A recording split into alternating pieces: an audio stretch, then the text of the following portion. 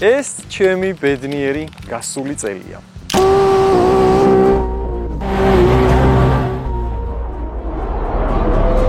მაშინ როდესაც ვიფიქრე რომ მეთქი 2025 წელი ჩვენია, ძრავი აწყობილია, ყველაფერი იდეალურად არის, ქუთაისში ძრავი გასკდა, ცეცხლი წაიგიდა მანქანას და კინაღამ დავიწვით. მაგრამ როდის იყო რომ ჩვენ ფარხმალს უყრიდით, ამიტომ გადავწყვიტეთ რომ შემდეგი ჩემპიონატისთვის მეთქი ახალ ძრავს ავაწყობთ, საერთოდ იდეალური ნაწილებით და რა მოხდა იცი? დეფექტური ნაწილები ჩამოვიდა. პორშინი რაც გამოვწერეთ, ზვირადღირებული $1500, ჩამოყვა არასწორი ეგრეთ წოდებული კალცოები. ვიწვალეთ დაახლოებით 2 კვირა რომ რაღაცნაირად გაგვექლება მოგვერგო ყველაფერი, მაგრამ არ გამოვიდა საბოლოო ჯამში. და ზუგდიდის ეტაპი უკვე ძალიან ახლოს იყო და ამიტომ გადავწყვიტეთ რომ აგვეწყო მესამე ძრავი, რომელიც იყო ნახევრად ქარხნული, ნახევრად სპორტული. თუმცა ავაწყეთ, ჩავდეთ, გავტესტეთ და რა მოხდა? ზუგდიდში კარგად ვიარეთ, კვალიფიკაცია მოვიარეთ, კედლებზე ტრაკს ვახახუნებდით, რასაც ქვია და ერთი შეცდომა, ტრაკის ერთი მიდება ბეტონზე, წავიდა ეგრევე ტრაკის დალეწვაც, ხვირის დალეწვაც და ბეტონს ჩავეხუტეთ. მაგრამ ჩვენ ხო არასდროს არ უნებდებით, სანამ შეჯიბრი დაიწყებოდა, გადავწყვეტეთ რომ ეს მანქანა კიდე გაგვეკეთებინა რამენაირად, ავაწყეთ ისევ რაღაც დაანგრეული ნაწილებით, უბრალოდ რომ ეარა მანქანას. ნახევრად აწყობილი მანქანა რომ იდეალურად ვერ ივლიდა, ეხა მაგას წყალი არ გაუვა, ყველა მიცის და იგივე ჩემპიონატზე შეჯიბრი როგორც კი დაიწყო, ისევ ბეტონს ვაკოცეთ და გავუღუნეთ ჩვენი სილვია. 2024 წელი აღმოჩნდა ჩემი დრიფტის ისტორიაში ყველაზე საშინელი წელი და მოგვიწია პაუზის აღება. სამაგიეროდ დავიწყეთ ახალი პროექტი ისევ სილვია, ოღონდ სხვა კუზოვში.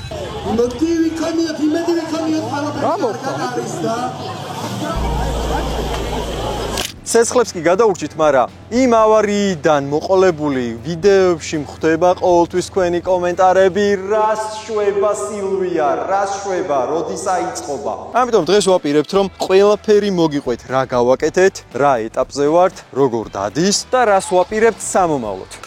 რომ მოგლეთ, ნასტროიგის დღე გვაქვს დღეს. აი ეს ძრავი, რომელიც არის ცოტა დაბალი კუმშვით, ამას ვანასტროიგებთ რა. ეს ძრავი გადავამერე სარეზერვოდ და რეალურად დაანასტროიგდება აი ეს ძრავი, რომელიც არის ინდიაში 1000 ცხენზე გათვლილი, თუმცა 1000 ცხენის ამოღება საქართველოში საერთოდ არანაირი აზრი არ აქვს. ხო და სავარაუდოდ ამოღებთ 500-600-ს რა. სპირტზე ვივლით, მაგ დეტალებს მე კიდე კარგად მოგიყვებით რა. ეხლა რაც თეორია უნდა შევცვალოთ ზეთი, პაკელო გვიდევს აქ 1060, მაგას ჩავასხავთ და დანარჩენს უკვე შევხედავთ როგორ მოიქცევა, რას იზავს, მოკლედ ჯობია შევცვალოთ. ჩემ შემთხვევაში მე ავარჩიე პაკელო 1060-ია რა, სპეციალური აქ აწერია, ოღონდ ეს არის რეისინგ სერია რა, რომელიც განსაკუთრებულად მდგრადია ტემპერატურების და წნევის მხრივ სარბოლოო ვითარებაში. ჩემი რჩევა კიდე პაკელოსთან რა, ზოგადად ზეთებთან დაკავშირებით, ყოველთვის უწმინდა ხოლმე მაინც თავს. ანუ სადაც შეიძლება წვეთები დაგროვდეს და ჭუჭყი წაიღოს, ეგეთი თვისება ავიჩენე რა და გონია რომ სწორია. ყოველ შემთხვევაში რაც უფრო ნაკლები ჭუჭყი ჩავა, შიგნით უკეთესია. ძაბრი იყო ძალიან ჭუჭყიანი და დამეზარე გასუფთავება, მაგიტო ვასხავ ესე პირდაპირ. თავარი უბრალოდ ხელი გქონდეს მიჩვეული თორე. დანარჩენი ყველაფერი კარგად მიდის და კარტერის ბოლტი არ უნდა დაგრჩეს გვერდზე. ეგას უნდა გადავუჭირო უეჭველი. თორე თქვენი ძვირადღირებული ზეთი ავტომატურად წავა ბეტონზე. აქ მაქსიმუმდე აკლია სულ ცოტა. ზოგადად დრიფტ კარებში ჯობია რომ მაქსიმუმ ცოტა კიდე ააცილოთ რა. იმიტომ რომ დრიფტი ისეთი რაღაცაა რომ აქეთ რომ აყანყალებ მანქანას, მარტივად რო ვთქვათ, არ უნდა დააკლდეს ზეთი არავითარ შემთხვევაში. თუ დააკლდა კიდე ზეთი, აი ლილო არენაზე რაც დაგვემართა, რომ ძრავი ვისროლეთ და რომის პაპი ავირჩიეთ თეთრი კვამლით. ანუ აი დაგემართებას თქვენს და ამიტომ ცოტათი ზედმეტად ჩაასხი ხოლმე ჯობია. აი ხა შეგვიძლია ჩვენ დავქოქოთ სისტემაში რომ დატრიალდება ზეთი, მაგის მერე ერთხელ გადავამოწმოთ. კიდე თუ ყველაფერი რიგზეა, თუ ისევ მაქსიმუმზე დგას და სიო, მე შეგვიძლია უკვე ნასტროიგაზე გადავიდეთ.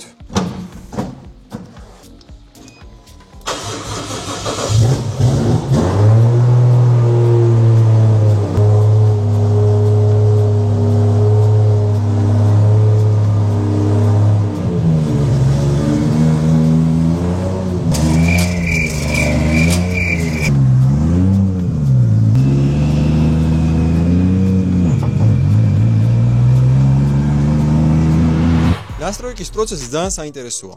ვიწყებთ ძალიან დაბალი დატვირთვებიდან, ნელ-ნელა ვაპარებთ დატვირთვებს და თან უყურებთ მონაცემებს. ძრავის ტემპერატურა რა შვება, ძრავის ზეთის წნევა რა შვება და ასე შემდეგ. თუ დამაკმაყოფილებელია ყველაფერი, გადავდივართ შემდეგ ეტაპზე, ვაძლიერებთ ეგრეთ წოდებული აალების კუთხეს უფრო უმატებთ და ნელ-ნელა ცხენისალების ემატება მანქანას. ამიტომაც ამ ყველაფერს რო გავივლით და ტრეკზე ჩავთვლით, რომ ოკეი, აქ ყველაფერი რიგზეა, მერე იწყება უკვე საინტერესო. იმიტომ რომ ჩვენ გადავდივართ სპირტზე.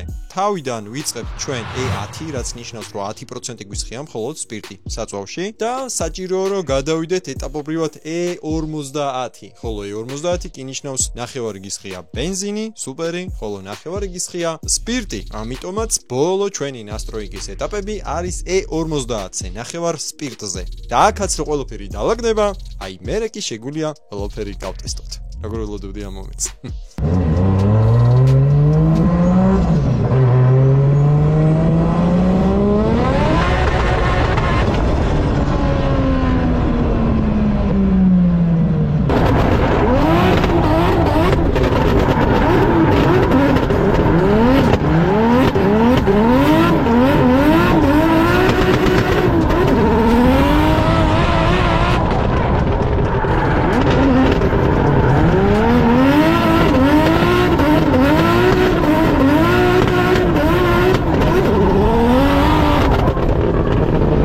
მართლა ძალიან დიდი მადლობა ვინც დრიფტის სერიებიდან გვიცნობთ და იქიდან გქონმაგავთ, მაგრამ თუ ახალი ხარ და გევასება ავტოსფერო, დრიფტი, შეგიძლია არხის გამოწერას აი აქ დააჭირო და ჩვენ კიდევ კიდე ძალიან საინტერესო. ჩვენ თურმე ძალიან დიდი ხანია ერთი კომპანია გქონმაგავს. ეს არის coinmania.gr და ამ თვეს უკვე ხელშეკრულებას დავდევთ და ჩვენ უკვე საერთო პროექტებიც დავგეგმეთ. თუ ვინმეს გაქვთ სურვილი რომ კრიპტოსაფულე გამოიყენოთ, შეგიძლია coinmania.gr-ზე გადახვიდეთ. ძალიან ბევრი ვალუტა არის, რომელიც შეგიძლიათ იყიდოთ და შეინახოთ და ნებისმიერი კითხვა რაც შეიძლება დაგებადოთ კრიპტო სამყაროსთან დაკავშირებით, საიტზე აქვთ ჩატი, შეგიძლიათ მიწეროთ და ყველაფერში დაგაკვალიანებენ. აღწერაში იქნება coinmania.gr, შეგიძლიათ დააჭიროთ და გაიცნოთ. მოკლედ, გენერალური სპონსორი დრიფტისთვის 2026 წლისთვის არ ყავს, ჩვენ კიდევ ვეძებთ. სიამოვნებით მივიღეთ შეთავაზებებს, მაგრამ თუ დაუშვათ არავინ არ გამოჩნდა, ყველა ვარიანტში ამ სილვიას დიზაინი უნდა გავაკეთოთ ჩვენ. რაშიც დაგჭირდება თქვენი დახმარება. ანუ კომენტარებში შეგიძლიათ ვინმეს სილვია, ან ლინკი, ან უბრალოდ ახსნათ, როგორი შეიძლება იყოს ჩვენი სილვია, აუცილებლად ყველას წავიკითხავ და გავითვალისწინებ. ერთი კარგი საინტერესო იდეაც მაქვს რა, გენერალური სპონსორის იდეა თუ არ გამოვიდა რა. ერთი საინტერესო იდეა მაქვს მე და თქვენი ჩართულობა ძალიან დამჭირდება და მე მაგას რა თქმა უნდა გეტყვით და შეიძლება ერთად გავაკეთოთ. ეხლა ხელის მუხრუჭი მთელი ცხოვრება მქონდა ამოსაკაჩი, ანუ სტანდარტულ პოზიციაში და გადმოვიტანეთ ვერტიკალურ პოზიციაში, ესე იმის გამო რომ მგონია თუ სეკვენტალზე გადავედით და მინდა რომ გადავიდე სეკვენტალურ კოლოფზე, სეკვენტალური კოლოფი რომელიც მუშაობს მხოლოდ პლუსით და მინუსით, ძალიან მარტივია ხელის შენაცვლება და უბრალოდ თუ ხელის მუხრუჭის ამოწევა დაგჭირდება, აქ წარმოიდგინე პირველი, მეორე ან მესამე სიჩქარე მიარტყი ისევ ხელის მუხრუჭი და მთლიანობაში ეს უფრო მართვის მარტივ სქემას იძლევა პილოტისთვის. რა რთულად ავხსენეთ ჩემიკა. აქ კიდე გვაქვს ელექტროსისტემა, სადაც რელებს აღარ ვიყენებთ რა. უნდა მეთქვა ეხლა ცოტა გამარტივებული სისტემა გვაქვს მეთქი ელექტროობის, მაგრამ ეხლა აი ამას რო შევხედე, ცოტათი გამეცინა რომ ეს გამარტივებული მეთქვა ცოტა უხერხული იქნებოდა, ჩემი აზრით, იმიტომ რომ დიდი აბლაბუდაა. მაგრამ თქვენ წარმოიდგინეთ თუ აქ ეხა აბლაბუდაა, წინა სილვიაში რა გქონდა? კარგი, ეს ელექტროობა კიდე დაალაგდება, შეიფუთება, დაჯგუფდება ერთნაირი შნურები და ესეც საშინელ ვიზუალზე აღარ იქნება, ბევრად დაალაგებული იქნება და რაც თავარია, ყველა აბსოლუტურად ყველა შნური არის აღნიშნული და ყველა შნურის მოძებნა ძალიან მარტივად ხდება რა. რამე თუ გაპრობლემდა და ვეღარ ვიპოვეთ, ძალიან მარტივად მოძებნით, სად არის პრობლემა. თქვენი აზრით, რამდენად მნიშვნელოვანია დრიფტ კარში ბალანსის პოვნა? როდესაც იდეალური ბალანსი აქვს მანქანას, გადამწყვეტია, აი გადამწყვეტია. სათითაო კილოგრამზეც გამოკიდება ზოგჯერ რაღაც ეფექტს იძლევა. ამიტომ ისეთი აგრეგატები, როგორიც არის რულავოის насоси, ანუ რომ საჭი იმართებოდეს, ელექტრორულავოი გვიყენია ამ შემთხვევაში. ზეთის დამატებითი რეზერვუარი, რომ ძრავში არ ქონდეს ზეთის ნაკლებობა, ყველაფერი გადმოვიტანეთ ძღოლის მოპირდაპირე მხარეს. აი აქ. და ამით ვცდილობთ ჩვენ რომ წონის ბალანსი დავიცვათ ძღოლსა და მარცხენა მხარეს შორის. აქ კიდე რაღაცები დაემატება, იმიტომ რომ ცეცხლმაქრი უნდა დავაყენოთ აუცილებლად, რეგლამენტში არის უკვე და უკვე დიდი ხანია უბრალოდ რეგლამენტში არის და ეგას დადგება და ნაწილობრივ დაბალანსდება. დანარჩენი უკვე დაკიდების სისტემიდან გასწორდება და იქნება იდეალურად დაბალანსებული სილვია. და რაზეც მთელი ცხოვრება ვოცნებობდი. ეს ძრავი არის ჩვენი ძველი ძრავი. ამით მოვყევით რეალურად ავარიაში ზუგდიდში და ამით ავედით ბეტონზე, მაგრამ ჩვენ ავაწყეთ კიდე მეორე 1000 ცხენის ძალიანი ძრავი. თუმცა დაახლოებით 600-700 ცხენს ვიყენებთ იქიდან. 200-300 კვიცი, 300-400 კვიცი ჯერჯერობით რეზერვში ყავს, რა იცი რა ხდება. და ეგაც ძალიან სწორი მიდგომაა. ეხლა თქვენი ნახავთ უკვე ჩვენი მეორე ძრავის გამზადების პროცესს და ძრავებს ჩვენ კროკოს გარეშე საერთოდ არ ვაწყობთ, იმიტომ რომ იდეალური სნექია რაღაცის აწყობასთან ერთად რომ მიაყოლო და დააგემოვნო. განსაკუთრებით შოკოლადის. მოდი განახები ხა ბარემ, ჩვენ ახალ ორჯეიზის. ჯერჯერობით მართალია, ეხა სახლოვები მოხსნილი გვაქვს და უღებავთ რა, ცოტა რომ ესეთ კარგ ვიზუალზე იყოს, აი ამ ემზე საუბარი, მაგრამ ეს არის ზუსტად 1000 ცხენის ძალიანი ძრავი. აკე იჭყა ეს წინაშკევები, რომელიც ძალიან მომწონს და თუ დააკვირდები, ვინც კარგად ვერკვევით. ორი ჯეიზიზე აყენია ხოლმე VVTi მუფტა და ეს არის ძველი ყვერებიანი ჩაქუჩი ორი ჯეიზი, რომელიც ყველაზე მეტად მიყვარს მე ჯეიზიებს შორის. მართალია ხო უტურბინოს ბლოკია ეს და უტურბინოს გალოვკა, თუმცა როდესაც აი ამ გალოვკას, ანუ ძრავის ზედა ხუბს კარგად დაამუშავებ, ამთვლელს დაუყენებ, გაწმინდა ჩამოსხმა ზოგადად ჯეიზის არც ისე კარგი აქვს. ანუ გულისხმობ იმას, რომ ქარხანა რო ასხავს, ბევრი დეფექტი აქვს. გასაწმენდია, დასამუშავებელია, ეგ ყველაფერი და მაგ ყველაფერს რომ მოაგვარებ, ეს გალოვკა, ანუ უტურბინოს ჯეიზი თითქმის იგივენაირად მუშაობს, როგორც ტურბინიანის ძრავი. ასე რომ ცხენში სხვაობას აღარ იძლევა უკვე, მაგრამ რაც მთავარია, ნაკლებად პრობლემატურია VVTi-ისგან განსხვავებით, ანტილაგს უძლებს. ანტილაგზე გამახსენდა. წამო, მოდი დავკოქოთ ახლა გავაცხელოთ ძრავი და ვნახოთ როგორ იქნება ანტილაგი.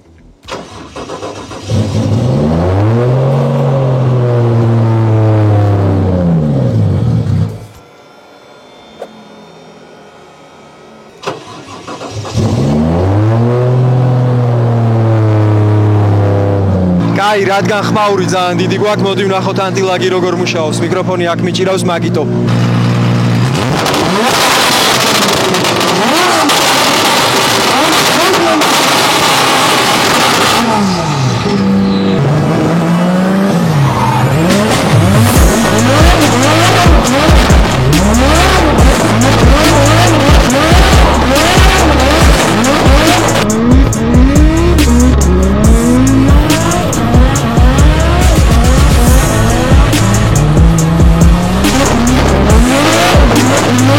ბევრმა შეამჩნიეთ, რომ მანქანა ჯერ კიდევ დაშლილ მდგომარეობაშია, არაფერი არ უყენია და შეღებილი სპეციალურად არაფერი არ აქვს რა, მაგრამ ეს ყველაფერი შემთხვევით არ არის იმის გამო, რომ ჯერ ჩვენ გვინდა რომ კონცეპტი გავტესოთ, ანუ როგორ მუშაობს მაგალითად რულავოი, როგორ მუშაობს დეშბორდი, როგორ მუშაობს ხელის მუხრუჭი და ყველაფერს რომ შევადგენთ, ანუ რომ დავამტკიცებთ, რომ აი ეს ვერსია ძალიან კარგია. მერე წარმოიდგინე ამ ყველაფრის დახსნა მოგვიწევს. აბსოლუტურად რასაც ქვია, უნდა გავანულოთ, უზაო რომ ყველა დეტალი, ყველა წერტილი იდეალურად შევღებოთ და მხოლოდ მას შემდეგ უნდა ავაწყოთ, რომ ყველაფერი იყოს რაღაც სვარკების, მიფურთხებული და რაღაცეების გარეშე, ჟანგების და რაღაცეების გარეშე რა. ზოგადად ეს მიდგომა ამართლებს ხოლმე და ზოგადად ესე იწყობა კარგი პროექტები. აი უცხოეთში თუ გინახავთ ჯეიმს დინის ან სხვა ცნობილი ტიპების კარგი პროექტები ძირითადად ესე აწყობენ. ეხა, მოკლედ აპდეიტებს გეტყვით, რაც გავაკეთეთ. პირველ რიგში დრავთან რო გქონდა გამშვების სისტემა ამოყოფილი აღარ გვაქვს და გავიყვანეთ ტიტანის გამშვების სისტემა, რომელიც გადაჭრილი არის აქვე, არ ჩანს.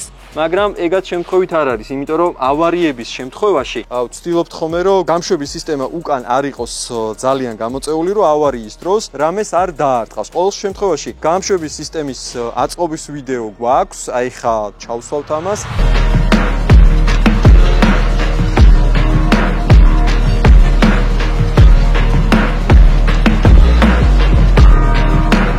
და ტიტანს კიდე ძალიან დიდი პლუსები აქვს ის, რომ ძალიან მსუბუქია. შეგვიძლია ძალიან მარტივად მოუხსნათ, იმიტომ რომ მხოლოდ ერთ რეზინაზე და მხოლოდ ერთ ვიბენდზე არის დამოკიდებული, ანუ სასერვისო თვიძახი ძალიან პრაქტიკულია და რაც მთავარია, ტიტანს ახასიათებს, როდესაც ავტომობილი ცეცხლს ისვრის, გააჩნია თეთრი ალი. და ცოტათი განსხვავებული ხმა. ძირითადად ატმოსფერულებს ეტყობათ ხოლმე განსხვავებული ხმები, თუმცა ჯეიზიზეც მოდი გავტესტოთ ტიტანის გამშვები, რატომაც არა, გვაქვს საშუალება და გავტესტოთ.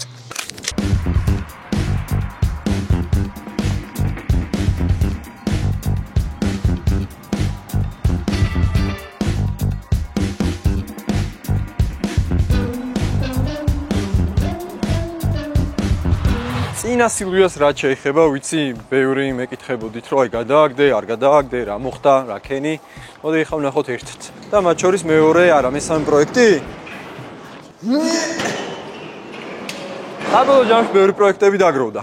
ეს არის ჩვენი ეს 14 რითიც დავდიოდით, ეს 15-ის ვიძე იყო, ოღონდ და ეს მანქანა რობოტზე გავჭიმეთ მთლიანად. აი ეს ნაწილი დაიშალა, ნაწილ და გასწორდა და შეიკერა და გეომეტრიულად ეხა მტრიანია და შეიძლება ვერ ხედავთ კარგად ფორმებს, მაგრამ ყველა საჭირო გეომეტრიული წერტილი თავის ადგილზე დაჯდა. გულისხმობ, ამორტიზატორის ადგილები სადაც არის X-ების ზუსტად დაჯდა, ანუ გულისხმობ, აი აქედან წინა საქარემინის წერტილამდე და იქამდე და ამ კუზაოსაც იდეაში ჩვენ ნელ-ნელა გავამზადებთ, ანუ კიდე დავშლით ამებს მოხსნით, შიგნიდანაც მინდა რომ იქნებ ლაზერის აპარატით გავაწმენდინო ყველაფერი, რომ ეს ძველი საღებავები რაღაცები რაც არის, ყველაფერი მოშორდეს, გასვეჟდეს.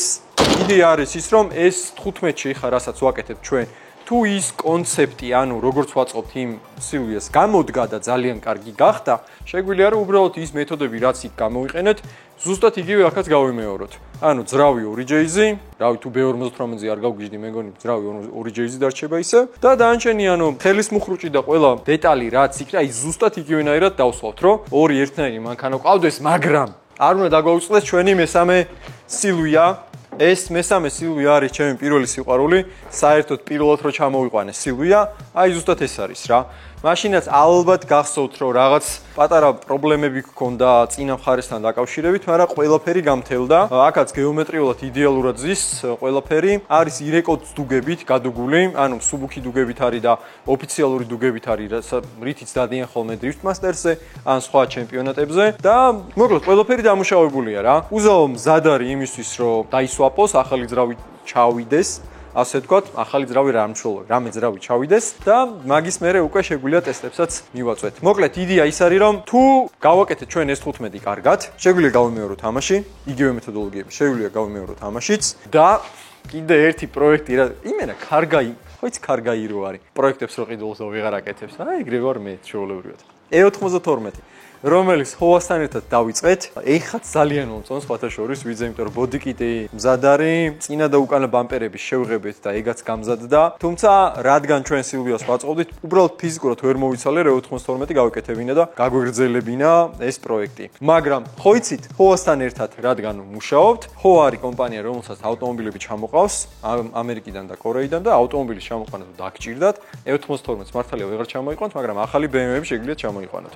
მიმართეთ დაგეხმარებიან აუცილებლად და ხერო პრომოკოდიც ახსენეთ, იმიტომ რომ ვიცი რომ ბენეფიტები აქვთ. კარგი, E92 ვიზუალურად განსხვავებულია, ძალიან მომწონს, აქ ბავშვებმა ითამაშეს და არ შეიმჩნიოთ რაღაცეები. მაგრამ მთლიანობაში გვინდა რომ ამ პროექტის ბოლოში რო გავალთ, ეს ფირი მთლიანად ავაძროთ, Lux Auto-ში წავიყვანოთ, იმიტომ რომ ალბათ ყველა მიცით რომ Lux Auto-ს აქვს უმაღლესი ხარისხის ფირები, თავის შეგიძლია მე ზემოდან დამცავიც გადააკრა, რომ ნაჩხაპნები და პატარა კენჭები და მსგავსი რაღაცეები თუ მოხდა თქვენ მანქანას, რომ არ დაიჩხაპნოს და საერთოდ იდეალურ მდგომარეობაში შენარჩუნდეს. Hexis ბრენდის ფირებზეა საუბარი, სხვათა შორის, ჩვენ კადრებში ალბათ ნახავდით და გამოგვივიდეს იდეალური. რა, უბრალოდ აქ გვაქვს ჩვენ LS-ი ნაყიდი. არ ვიცი რამდენად LS-ს ჩავდებ აქ, მაინც რაღაც ტურმინიანისკენ მივდივარ. რა ეს LS-ის დაშლა აწყობა რო დავიწყეთ.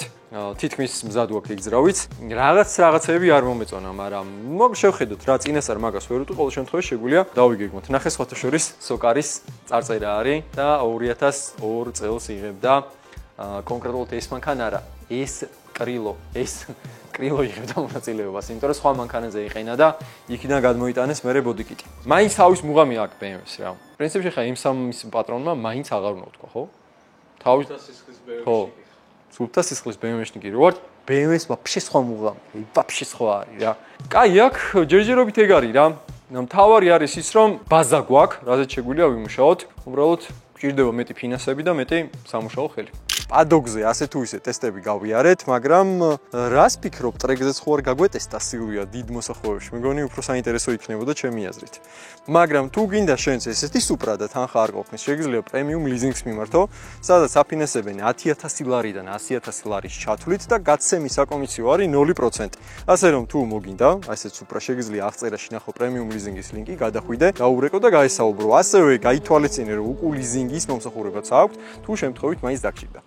ერთი საინტერესო ფაქტი კიდე რა არის, იცი? რომ ვემზადებით, რისთვის ვემზადებით რა? გეცოდინებათ, რომ ყაზახეთში ვიყავით ჩვენ, სამწუხაროდ სილვია ვერ ჩავიდა და რაღაც 300 ძალიანი მანქანა მოგვცეს, რომელთაც ვერაფერი ვერ, კვალიფიკაცია კი გავიარეთ, მაგრამ ვერაფერი ვერ ვქენით. მაგის შემდეგ და ეხა უკვე რა ხდება? არის ორი ვარიანტი, ხო? ვემზადებით საქართველოსთვის, საქართველოს დრიფტის ჩემპიონატებისთვის, არის ვარიანტი, რომ ყაზახეთისთვის მოვემზადოთ. ყაზახეთში დონე ეხა ამ ეტაპზე ისეთი პილოტები ჩადიან და ისეთი მანქანები ჩადიან, რომ ბევრად მაღალია, ვიდრე ჩვენთან არის. და რეალურად რომ დავფიქრდეთ ყველა პილოტი რა, იქ წასვლა თუ შეგვიძლია რამე ვარიანტი თუ გვაქვს, ბევრად დიდ განვითარებას მოიტანს ჩვენთვის. მაგრამ ნახე საინტერესო რა არის, აქ ჩვენ ხო დავდივართ ქალაქის საბურავებზე, ანუ არა ნახევრად სლიკებზე, იქ დადიან ნახევრად სლიკებზე. ეგ განსხვავებაა. იქ ცხენის ძალა უფრო მეტია საჭირო, ვიდრე აქ. ეხა აქ მაგალითად ჩვენ უმიზნებთ, რომ სადღაც 500-600 ცხენის ძალა გქონდეს მაქსიმუმ საბურავზე. იქ უკვე საუბარი არის, რომ მინიმუმ 700 ცხენის ძალა უნდა გქონდეს საბურავზე, რომ კარგად იარო რა. იმიტომ რომ უბრალოდ ისეთ მანქანებთან იწევს ჭიდაობა, როგორიც არის, რავი, მაგალითად ASP-ს Supra, რომელსაც 1000 ცხენის ძალა აქვს. იქ მახსოვს, რომ გოჩას S15 იყო ჩამოსული, თუმცა გოჩა არ გამოდიოდა მაგ ჩემპიონატზე ეკრძალება, იმიტომ რომ რუსეთიდან არის. არის ბევრი ისეთი მანქანა, რომელსაც ძალიან დიდი ცხენის ძალა აქვს, ძალიან დიდი მოჭიდება აქვს და ფიზიკურად კონკურენცია რო გაუწიო, გჭირდება სხვანაირი მომზადება. ამიტომ ჩვენ ამ სპონსორებთან ერთად რო გავივლით და დაულაგდებით, თუ სად ფიქრობთ უფრო გამოსვლას, გავაკეთებთ ორნაირ სეტაპს. გავაკეთებთ საქართველოსთვის მორგებულ ვარიანტს, ანუ